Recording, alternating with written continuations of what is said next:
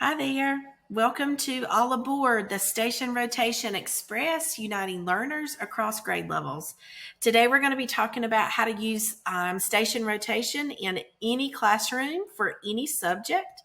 I hope that you are able to find some resources that you can take back and use in your classroom. I have also included a bit.ly and a QR code. There's also going to be portions of the presentation where I will ask you to go out and watch a video and then come back in and continue the presentation. So if you will just pause the presentation, go out, watch the video and come back. And if you have any questions, just let me know. And I hope that you find something useful today. My name is Tera Kennedy. I am one of the digital teaching and learning specialists for Duplin County Schools. This is my 19th year in education, and I hope that this will be something that you find as a resource that's beneficial. The NCBOLD Cyber and Security and Data Privacy Statement. NCBOLD is designed to support educators in the use of digital tools and technology to enhance learning outcomes. NCBOLD strives to model best practices for educators, including data privacy and cybersecurity. Educators should follow their district's policy for digital app and platform approval prior to enrolling students in any digital tools. NCBOLD does not endorse any specific tools, vendors, or platforms. So do any of these sound familiar? So you think being a teacher is easy? Okay, well, tell me more about that. Oh, I just planned an awesome lesson. That was not at all what I planned. When students don't understand your lesson plan, well, we're going to be looking at ways that you can possibly use stations in your classroom to hopefully alleviate some of that misunderstanding of get to the end of the lesson and I have just worked really hard, but my kids are sitting there with a blank stare and there's no engagement. So let's join the Station Rotation Express and see if we can learn something really good today. So what is blended learning? There's lots of different models that fall under the blended learning umbrella, and we have a formal definition there, but I'm going to look at the simplified definition. Simply put, blended learning is engaged learning that happens both online and offline, and it includes some level of agency, student autonomy, and student flexibility in learning. We've really got to transition into a place where it is not the teacher doing all the work, that we really put the learning back on the students because we want them to have that ownership. And stations, this is a great way to do that, as well as meet all the needs of the students in your classroom. So if you will, pause this video in just a second and go out and watch this video about stations. So the way that this presentation is designed, it will talk about what station rotation is, and it's going to give you ideas from the very beginning. If you've never used stations at all, it will go through and tell you how you can plan and give you resources from start to finish. But I'm really kind of transitioning into that next level of how do we really use stations strategically in our classroom and focus in specifically on the data with the content that we're teaching to really kind of level up that experience and really move it forward to make sure that all the students are understanding what we're teaching so that we know that the content is being done in a really good way. So pause the video for just a second, go out and watch that about station rotation, and then come back and join us. All right, so I thought that the first thing we would start with, now that you've kind of seen what station rotation is, how to level that up. And this is an article about data-driven design, using data to personalize learning in the classroom. And it is written by Dr. Catlin Tucker. So I've linked that here. And what we're going to do is we're going to work through the different steps in this system of pre-assessment, universally designed with blended learning models, collect formative assessment data, use data to differentiate instruction models and support, and then summative assessment. And so it really helps us if you were to think through not just using stations, but using them in a really effective way like this makes it so that our learning environment is really pushing students to that next level. And I, as the teacher in the room, am able to target the content that I'm teaching and give the students the experiences that they need, and then push them in a way that they have ownership of their learning. And also so that I am able to work in small groups, and I am able to have some peer-to-peer work, and I'm able to provide them with one-on-one instruction, which we know when you're doing whole group teaching, it's hard to do. You can't get all of that stuff in. And so this really gives you a framework to think through, how can I do all of this in an effective way and still have everybody moving forward towards the common goal, which is understanding that content that we're teaching. So the way that I've designed it is so that in person, what would happen is we would be using an EduProtocol to work through this article. And so I've linked two different EduProtocols here. One would be used if it was a group of 2 or in groups of 3.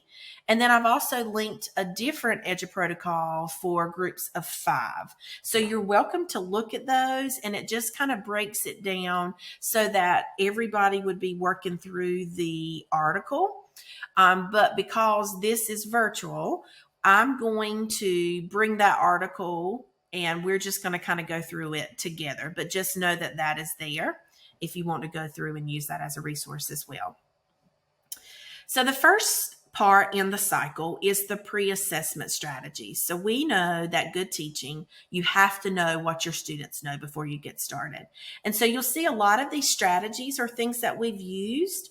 And if not, it gives you kind of an idea of what some of those things are. For example, like think, pair, shares, and self-assessments, graphic organizers, pre-test, entrance tickets, and things like that. So you want to get that baseline to see exactly, okay, what is it that I'm teaching and what do my students know at the very beginning? It kind of gives me a baseline there. The second step in this process would be to start thinking about your blended learning models and how you are designing with UDL in mind. So we know that to have effective learning experiences, to meet all the diverse needs of the learners in our classrooms, you really have to know the UDL. And so when we think about with UDL, that as a framework, you're really thinking through, okay, have I given students, if I've given them images, have I included things? Do I have captions? Do I have things that are do I have multiple choices? Do I have lots of things included that could really not just target one kid, but what could be something that everybody would need? So if I were to put up a vocabulary word, not just put the word in the definition, maybe I have a picture, maybe I have a description underneath, maybe I have it being used in a sentence, really taking it to that next level so that that's not a barrier that stops somebody from understanding the content that I'm teaching, but that everybody in the room is able to understand where we are. And so what's interesting about this is, so when you are thinking about how to give your, all the students in your classroom what they need, it's lots of, have I given a variety of, am I using videos? Do I have print? Do I have it in, if I have it in a PowerPoint presentation, do I have things included? Is it easy to read? Things like that as well. You want to also think about with your blended learning models of, if I know I have students that are pretty, like they showed me from the pre-assessments, they pretty much are understanding that concept. Can I go ahead and get them started on a personalized learning path? Can I go ahead and get them working and moving them? And then maybe I'm just working with a smaller group. Do I transition from a whole group to a small group? Do I need to really start? Do I just need a couple of days on a few things and then go ahead and move past that and move to the next concept? It just really gets you thinking about what it is that your students know and then how you're designing what it is that you're teaching in your classroom. So once you have designed your lessons and you started teaching, then you're going to have to, of course, you're going to have to collect some formative data. So these are some check for understanding strategies that you can use. Once again, it could be gallery rocks. It could be simple things like Kahoots. We know that when you add in EduProtocols, they're one of my very favorite things to use. That they are very, very effective. It could be a simple whiteboard. It could be a simple, sticky note on your desk, a graphic organizer, something simple, but you still are able to keep check of, okay, what have I been teaching? What is it that my students are understanding? What are they not understanding? Then you move into, okay, so how can I differentiate instruction, support, and models? So one thing that I want you to think about is formative data. It provides teacher with valuable information about what their students know and they don't know. And then it allows you to change your instruction based on that for the needs of your learners. And so when you think about that, it lets you tune into, oh, so I see that this content is this, but there's really a gap that they missed. So I need to kind of back up, and this is something else that they need to have. Or maybe it's a misconception that I didn't see that was there to start with. So you can think about, is it the information, is the differentiation of instruction? Is it on content? Could be based on the process, or could it be based on the product? So teachers may differentiate the content, process, or product depending on their students' needs. So for example, teachers can group students based on their understanding of a concept and provide targeted instruction to each group. And so for example, this is where stations are a perfect strategy to use, because that model lets you have that teacher-led station. You've got your online, your offline, and teacher-led station.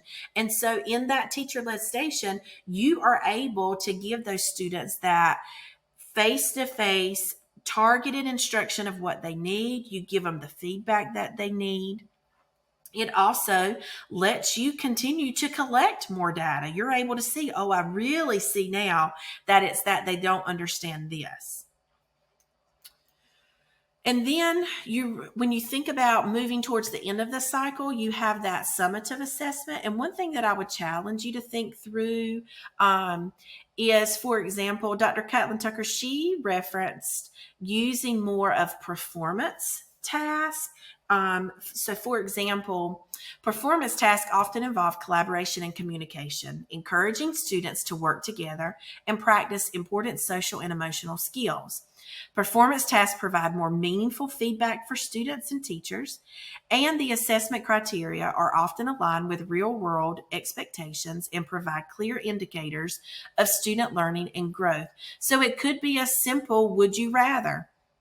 I know we have lots of exams that students have to take, and that is part of what they have to be able to do.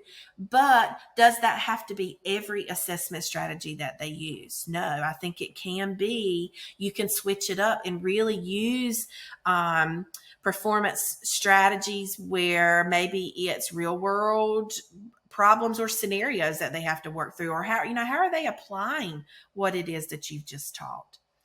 And so I really want to think this last paragraph, using data strategically to drive instruction design, let me try that again. Using data strategically to drive instructional design is crucial to ensure that diverse groups of learners are being supported and challenged effectively. By using pre-assessment data to identify students' prior knowledge and skills, teachers can design instruction that meets each student's unique needs and support their learning journey. Additionally, formative assessment data provides teachers with valuable feedback about student progress, allowing for adjustments to be made to instruction and ensuring that students are consistently receiving the support that they need. When you combine principles of UDL and blended learning models, data-driven instruction can be provided and it is meaningful and engaged learning experiences for all students. And that we know at the end of the day, that's what it is that we want for our students. So as I mentioned earlier, this presentation has been created so that whether you've used stations forever in your classroom, or if you've never used stations, it is designed to help you kind of think through what it is that it can look like. So for example, logistics of stations. So you have to think about what is your purpose of your station. And then these are some ideas of some grouping strategies. And that looks different based on the content that you're teaching. It also looks different based on the data that you've got.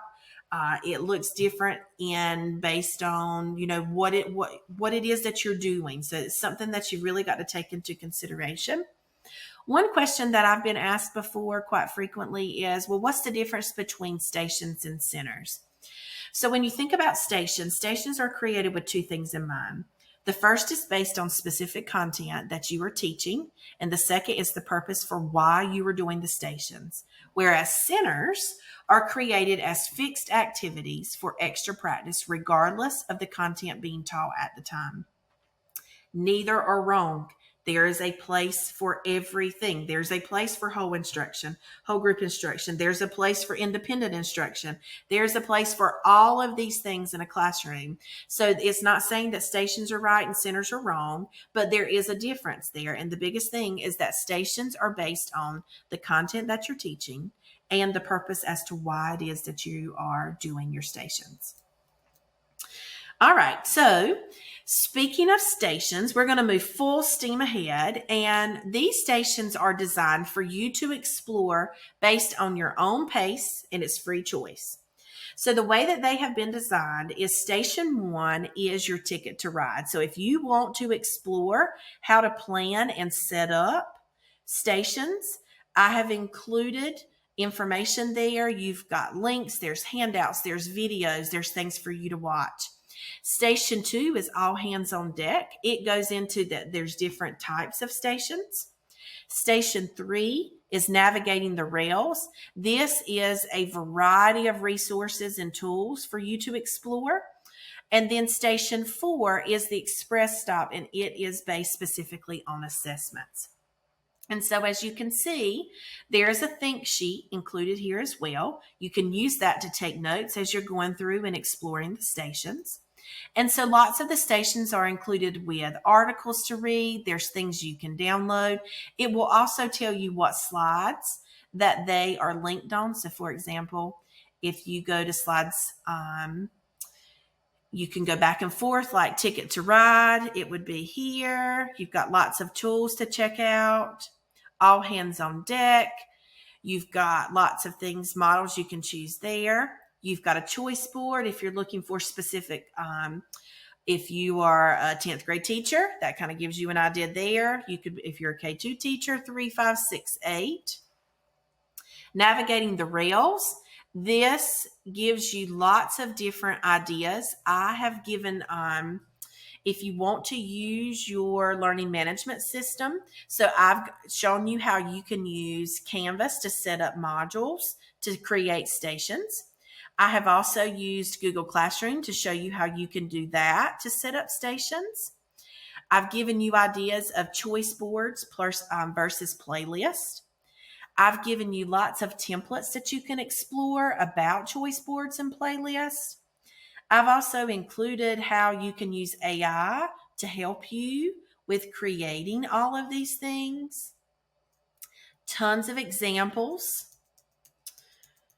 I have included an article on formative assessment and then how you can use AI as well to help you with assessment. So as you're exploring those resources, anything that is there that is linked for you, you can make a copy of it, use it in your classroom. When you get finished, I hope that you will take a few minutes to complete the survey. And thank you for attending this session. I hope that you will find something helpful that you can go back and use in your classroom and really kind of take your stations to the next level. And once again, my name is Tera Kennedy. If you have any questions, you're welcome to send me an email and I will be glad to help you. And I hope you have a great day.